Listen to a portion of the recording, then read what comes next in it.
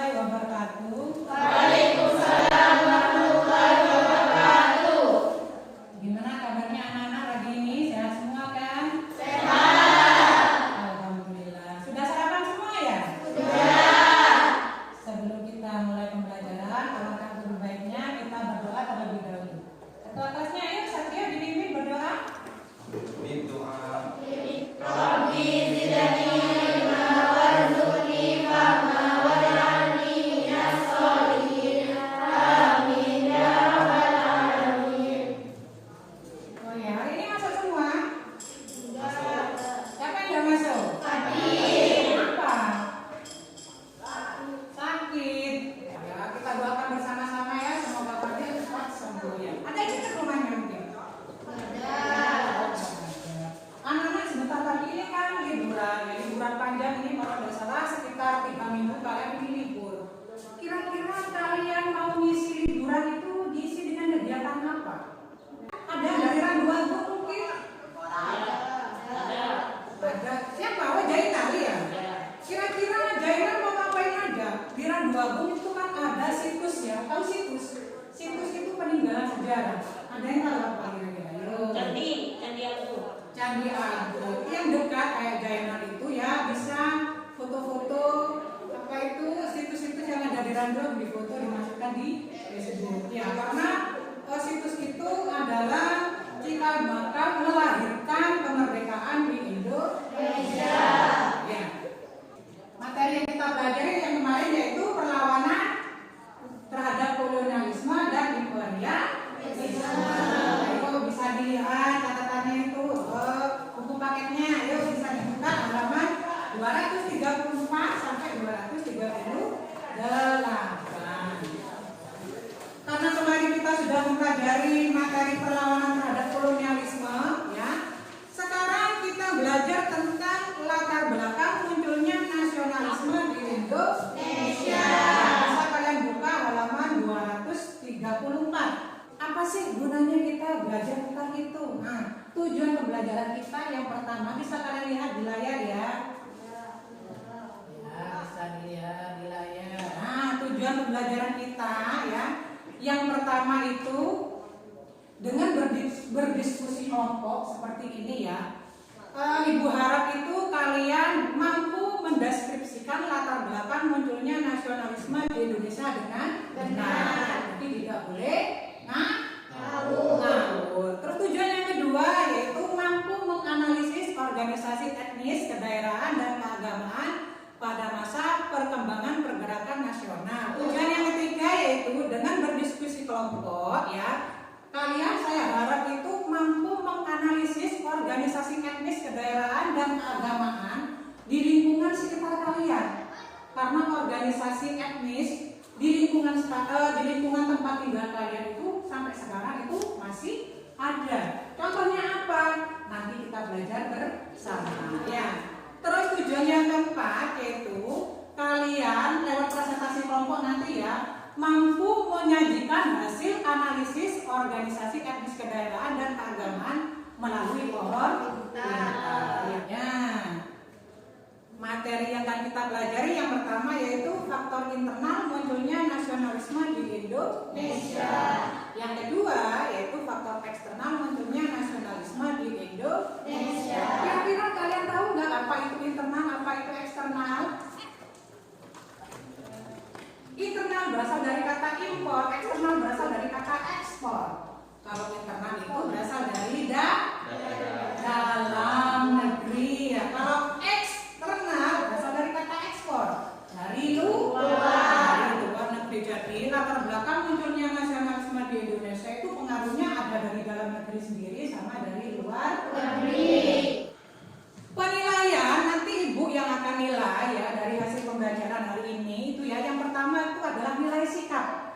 Nilai sikap itu didapat dari sikap spiritual pada waktu kalian berdoa tadi. Itu ibu amati ya. Terus juga sikap sosial. Sikap sosial itu contohnya kalian saling bertoleransi dengan teman ya, saling bekerja sama pada saat nanti presentasi ya. Terus yang kedua lewat penilaian pengetahuan. Nilai pengetahuan ini didapat dari dua dari dua kriteria. Yang pertama tugas kelompok yang kalian kerjakan nanti bersama ya, sama kelompoknya itu. Terus yang kedua yaitu dengan tes tulis. Tes tulis ini sifatnya individu. Jadi tiap anak nanti mengerjakan tes tulis. Kalau yang penugasan kelompok nanti setiap kelompok. Ya. Terus yang ketiga yaitu keterampilan. Keterampilan itu pada saat terjadi diskusi kelompok pada waktu nanti presentasi. Ya, terus hasil karyanya juga yang nanti membuat luar pintar itu mana yang terbaik. Nah itu nanti yang hasilnya juga terbaik. Sekarang ibu akan membagi kelompok ya. Ini sudah sesuai ya namanya ya. Kelompok satu yaitu Amel, Ika, ini Pak sudah sesuai? Sudah ya. Kelompok dua yaitu Nanda, Muris, sama Satria karena Rizka nanti pindah kelompok 4 ya, Rizka ya. Terus kelompok etnis yaitu Fatima, Rofiko, sama Zainal. Sudah sesuai namanya? Sudah. Kalau sudah kita lanjut ya. Biar kita semangat sebelum kita menuju pembelajaran inti ya. Kita tepuk PPK dulu ya. Ya. Mau berdiri apa duduk? Duduk. Saja. Ayo. Tepuk PPK. Religius, nasionalis, mandiri, gotong royong, integritas. Oke, terima kasih. Oke, kita lanjut anak-anaknya. Kita masuk sekarang di kegiatan pembelajaran inti ya. Ini saya kasih stimulus. Kira-kira anak-anak pernah tahu nggak gambar ini tentang apa? Ada yang bisa menjawab? Satria ya, Satria. Gambar yang pertama di sebelah kiri itu apa Satria? Tokoh politik etnis atau politik balas budi. Fundamenter yang mengusulkan adanya politik balas budi yang salah satu isi kebijakannya adalah pendidikan. Iya, bagus. Terus yang kedua itu kira-kira gambar apa ya? Rofiko, ayo Rofiko. Tokoh para pemuda belajar Indonesia yang menjadi tokoh pergerakan nasional Indonesia. Iya, itu di zaman dulu itu kayak itu sudah menjadi tokoh organisasi. Itu siapa kalian ya? Tokoh apa mereka? Tokoh para pelajar Storia. Storia itu adalah sekolah bagi dokter. Karena ada di Pulau Jawa sehingga disebut sekolah dokter Jawa. Kita lanjut. Nah, ini adalah faktor eksternalnya. Jadi faktor eksternal ya yang melatar belakangi Indonesia itu menuju pergerakan nasional adanya kemenangan Jepang atas Rusia. Karena apa? Rata-rata bangsa di Asia itu adalah bangsa yang dijajah. Ternyata ada salah satu negara dari Asia yang mampu mengalahkan negara Eropa, yaitu negara Jepang bisa mengalahkan negara Rusia. Itulah yang menimbulkan semangat yang besar bagi Indonesia untuk mampu dan mempunyai kemampuan optimis untuk mengalahkan penjajah. Meskipun nanti Jepang itu akan menjajah Indonesia. Oke, kita ke materi yang pertama yaitu faktor internal. Bisa dibacakan Jaina? Perluasan pendidikan. Lanjut. 2. Kegagalan perjuangan di berbagai daerah. Yang ketiga. Rasa senasib sepenanggungan. Yang keempat. Perkembangan organisasi etnis kedaerahan dan keagamaan. Iya. Perkembangan organisasi etnis kedaerahan dan keagamaan. Ada yang bisa menyebutkan satu aja? Yuk, organisasi etnis kedaerahan contohnya. 1. Yong Java. Iya, Fatimah. Muhammadiyah. Bagus, Muhammad. Iya, ini Fatimah hadiahnya bisa diambil. Ya, organisasi Muhammadiyah itu adalah organisasi yang paling dekat dengan daerah kita karena organisasi tersebut ya berkembang di setiap daerah itu hampir ada. Nah, ini adalah faktor eksternal yang melatar belakangi munculnya nasionalisme di Indonesia.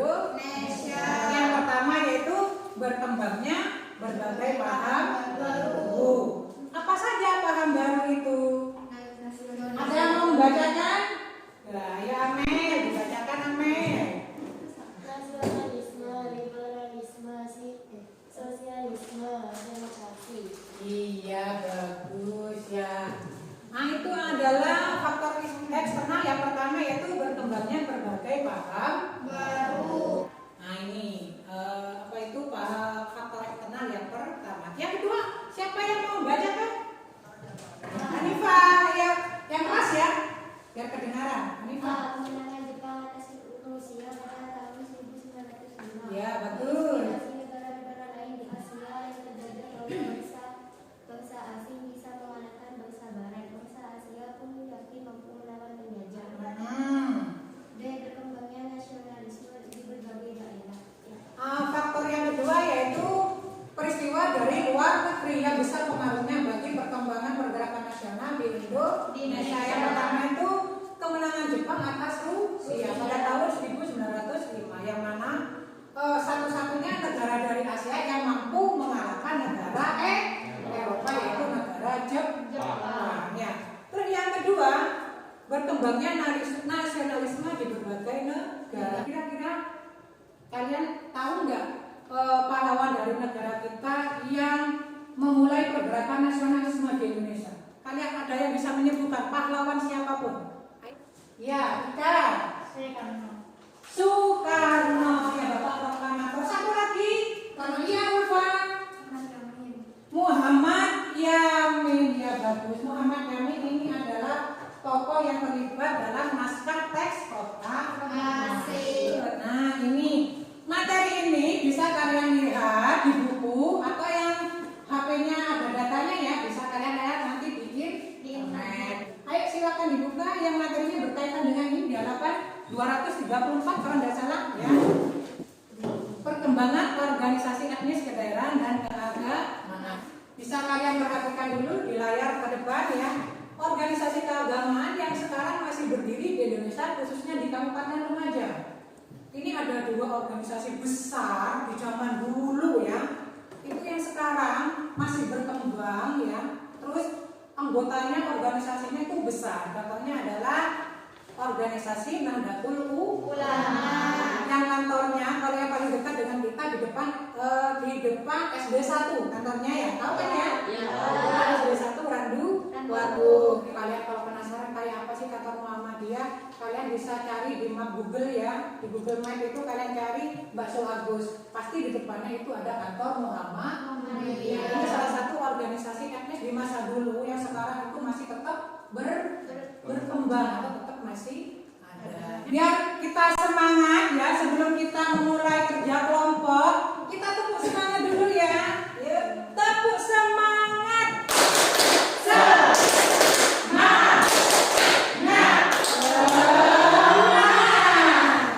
ya. Ya. Kita lanjut lagi ya. Ya, Ibu akan membagi LKPD ya, biar pemahaman kalian semakin luas mengenai organisasi etnis itu ya. Ibu akan membagi LKPD untuk tugas kelompok ya. Petunjuknya ya bisa kalian lihat di kertas atau di layar ya. Sumber informasi bisa kalian dapat dari buku teks siswa yang kalian pegang itu ya, sama internet. Tugas yang kalian kerjakan yang pertama ya, analisis log 5 ya. Organisasi etnis kedaerahan dan keagamaan pada masa perkembangan pergerakan nasional. Yang pertama itu nama organisasinya apa ya. Terus sejarah kelahirannya apa, tujuan organisasinya, sama bentuk perjuangannya. Kertas yang sudah kalian gunting dari rumah kemarin bisa kalian keluarkan sama gambar pohonnya. Yang pertama kalian kasih nomor 1, nama organisasi ya. Sumber informasinya kalian bisa lihat di internet atau di buku siswa ya. Ayo waktunya 20 menit. Kalau tidak muat tambah di kertas lain ya. Sekiranya itu nomor 1 itu enak nanti bacanya. Misalkan nomor 1 jajarnya nanti gimana, nanti saya bantu ya. Yang nomor 1 kita jajarnya ini. Yang nomor 2 jajarnya ini. Didiskusikan kira-kira jawabannya sudah pas atau belum. Diskusikan lagi. Mungkin ada penulisan kata yang salah bisa dikoreksi bersama. Misalkan kalian nulis dan keliru dari, kalau sudah kerjanya dikoreksi bersama, dibaca lagi, baru ditempel. Ayo cepetan, 1 menit lagi. Kalau sudah, tulisnya diringkas. Kita mulai presentasi. Suaranya yang keras. Assalamualaikum warahmatullahi wabarakatuh. Waalaikumsalam warahmatullahi wabarakatuh. Kami perwakilan dari kelompok 3 akan mempresentasikan yang ada digambar dalam pohon sejarah kami. Yang pertama ada nama Nahdlatul Ulama. Sejarah kelahirannya 31 Januari 1926 di Jawa Timur, pimpinan pertama Kiai Haji Hasyim Asy'ari. Tujuan organisasinya menegakkan ajaran Islam menurut paham Ahlus Sunnah wal Jamaah. Bentuk perjuangan, keagamaan dan pendidikan. Dan selanjutnya organisasi yang bernama Muhammadiyah. Sejarah kelahirannya 18 November 1912. Didirikan oleh Kiai Haji Ahmad Dahlan di Yogyakarta. Tujuan organisasi mewujudkan cita-cita masyarakat. Bentuk perjuangannya adalah keagamaan dan pendidikan. Sekian dari kelompok kami. Wassalamualaikum warahmatullahi wabarakatuh. Waalaikumsalam warahmatullahi wabarakatuh. Kita lanjut ke kesimpulannya. Jadi setelah kita pelajari dari yang pertama tadi, kita simpulkan faktor internal yang melatar belakangi munculnya nasionalisme di Indonesia ada 4. Apa saja? Pendidikan, ya. Ada organisasi etnis kedaerahan, ada rasa senasib, sepenanggungan. Satunya lagi? Kegagalan perjuangan di berbagai daerah. Ya, kegagalan perjuangan di berbagai daerah. Terus faktor eksternalnya tadi ada 2. Yang pertama, Berkembangnya berbagai paham baru. ya ada nasionalisme, ada Liberalisme, sosialisme, dan Demokrasi. iya. Terus yang kedua, berbagai peristiwa dan pengaruh dari luar negeri. dari apa yang kita pelajari tadi, apakah kalian senang sekali mempelajari tentang latar belakang munculnya nasionalisme Indonesia? Senang. Kalau kalian senang, acungkan jempolnya.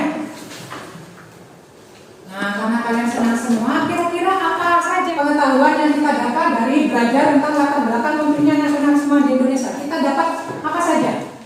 Nama-nama organisasi yang terbentuk pada zaman itu. Bagus. Untuk lebih meningkatkan pemahaman kalian tentang materi tadi, Ibu kasih evaluasi sekarang ya. Nah, evaluasi ini bisa kalian jawab, nggak usah ditulis lagi soalnya, bisa kalian langsung jawab di buku catatannya ya. Untuk penilaiannya ya, untuk soal nomor 1 sama nomor 2 itu nilainya 15. Untuk nomor 3 itu nilainya yang paling banyak 30. Untuk yang nomor 4 sama nomor 5 nilainya 20 ya. Untuk pertemuan berikutnya ya, kita akan mempelajari tentang pergerakan nasional di Indonesia ya. Kalian pelajari di rumah tentang materi pergerakan nasional di Indonesia. Coba ini Satrio dibacakan dulu sebelum kita berdoa.